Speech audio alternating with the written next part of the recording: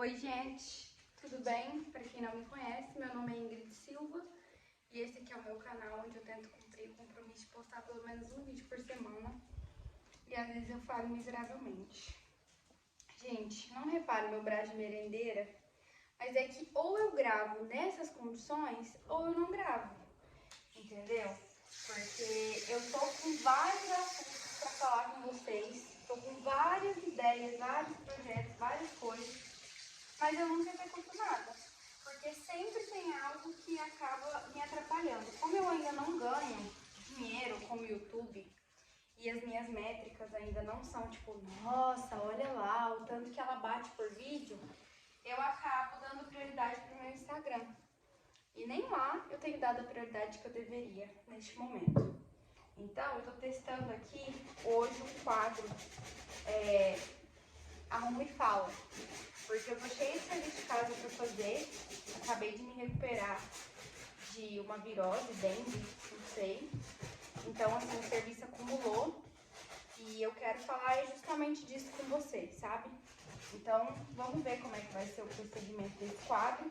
E eu comprei um microfone, só que hoje ele não tá aqui em casa. E se eu for esperar buscar esse microfone pra começar a fazer meu serviço, pra então gravar o quadro, podem ter certeza que vai ser mais um vídeo que eu só tive a ideia, dá licença, e no final não fiz. Então, vamos do jeito que tá. Se o áudio ficar uma bosta, eu simplesmente não posso.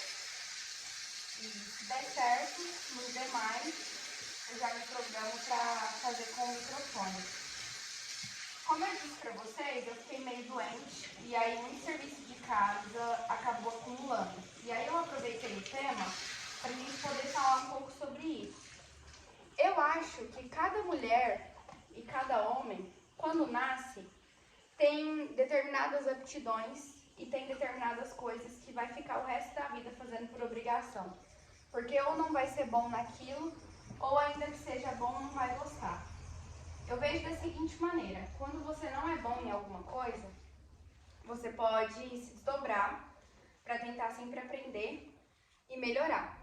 A gente sempre pode melhorar em qualquer coisa que a gente resolver fazer da nossa vida.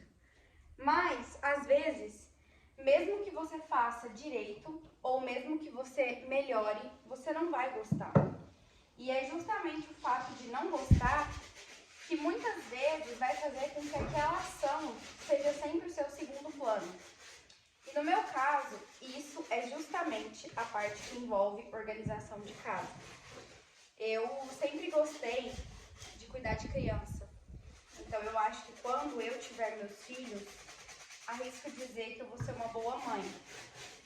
Mas quando o assunto é casa e organização, eu sinceramente já tentei tudo que vocês pensarem.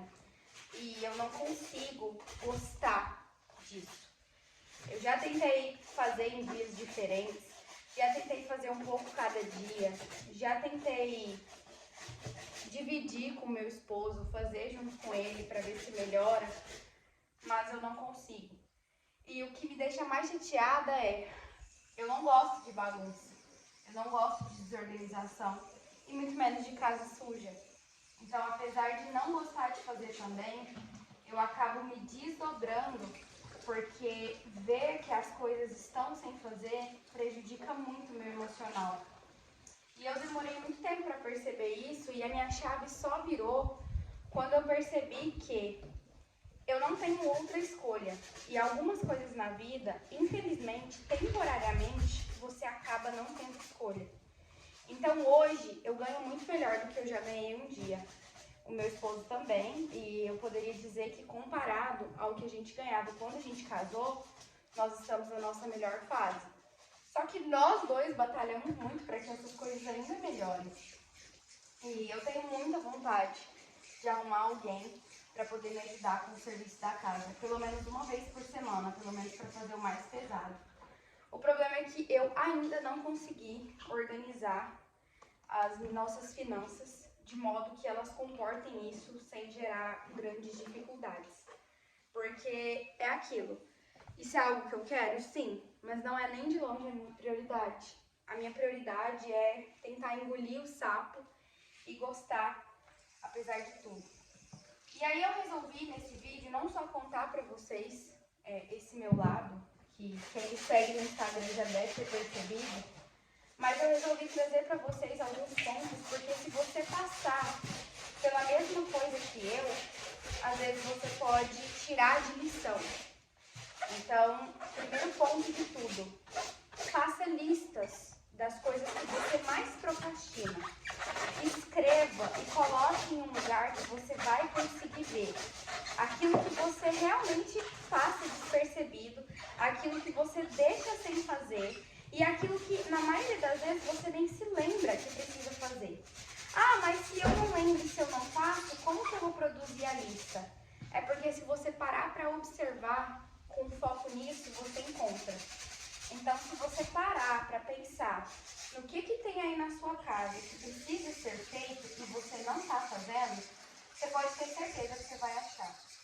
Eu fiz essa lista e eu encontrei, não lembro agora se foram 10 ou se foram 15 itens de coisas que são simples e que eu sempre procrastino. Coisas que, tipo assim, se o meu esposo não pegar para fazer, fica meses sem fazer. E não é coisa do tipo, limpar o chão, são coisas assim, limpar em cima da geladeira, organizar a sapateira, tirar todos os sapatos e lavar, lavar os tênis de academia. Então, assim, são coisas que, por mais bobas que pareçam, elas às vezes podem nos ajudar de alguma maneira, porque conforme você não gosta daquilo e você aceita que você não gosta, o seu cérebro, inconscientemente, às vezes na verdade, não é nem que ele acaba, ele para de ficar te mostrando aquilo.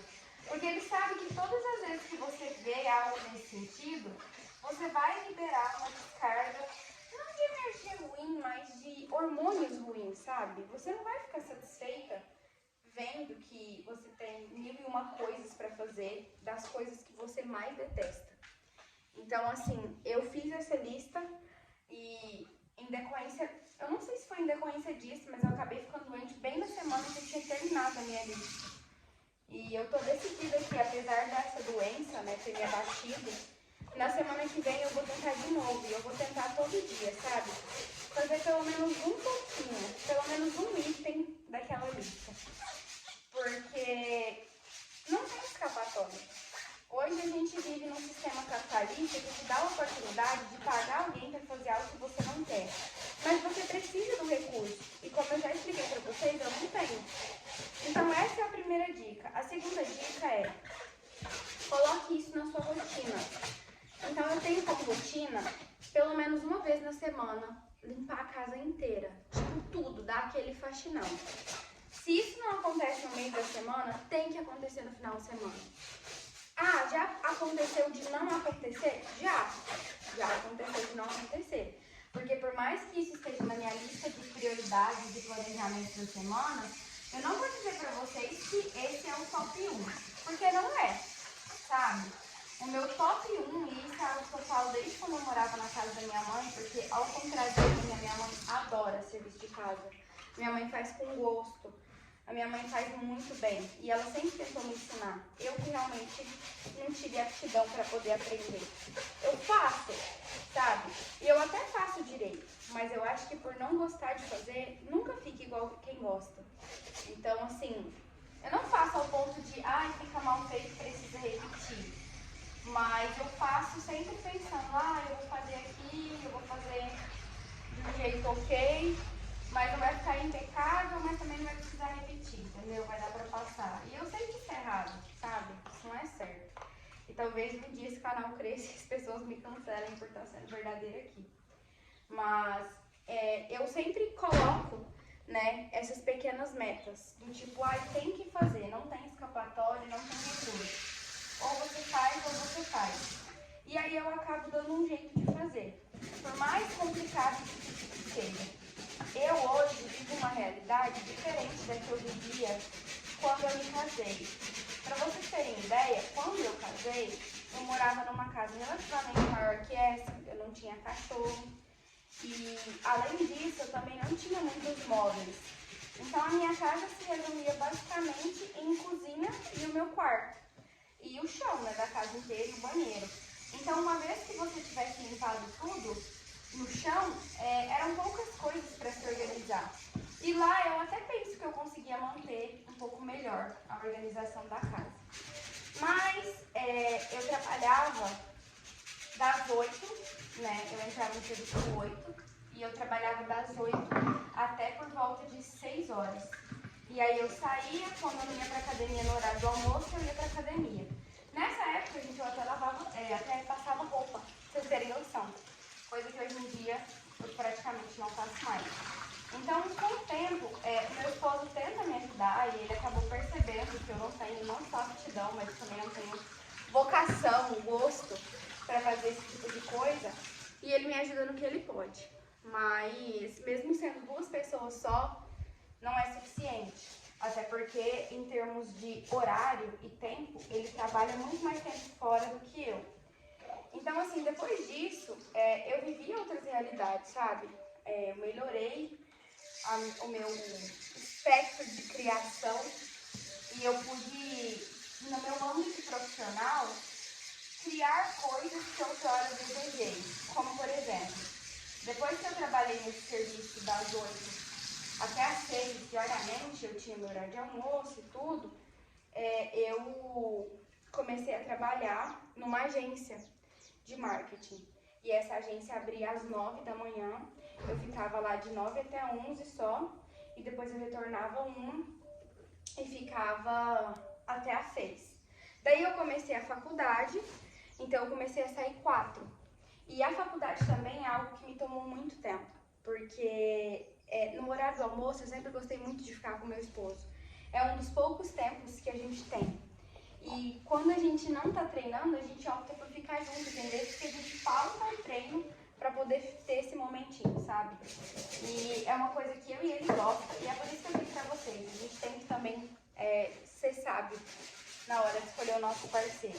Porque se eu tivesse casado com alguém que sempre faz questão de estar com tudo organizado, eu acho que eu viveria muito mais chateada do que eu vivo hoje. Hoje eu não vivo chateada porque ele me cobra.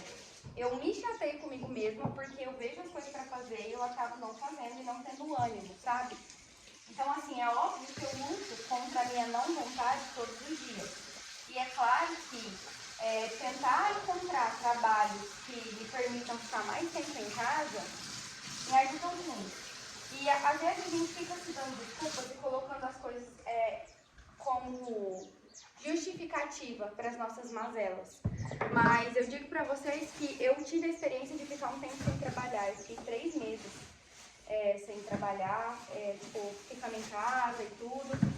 E nesses 3 meses a minha casa era organizada, ela era arrumadinha. E aí eu comecei a pensar que era o tempo. Mas quando eu fiz a minha lista de coisas de casa para fazer sem procrastinar, que é essa lista que eu mencionei no começo, eu acabei percebendo, gente, que na verdade me falta realmente gosto, tato, desejo, vocação. Eu não tive nada disso.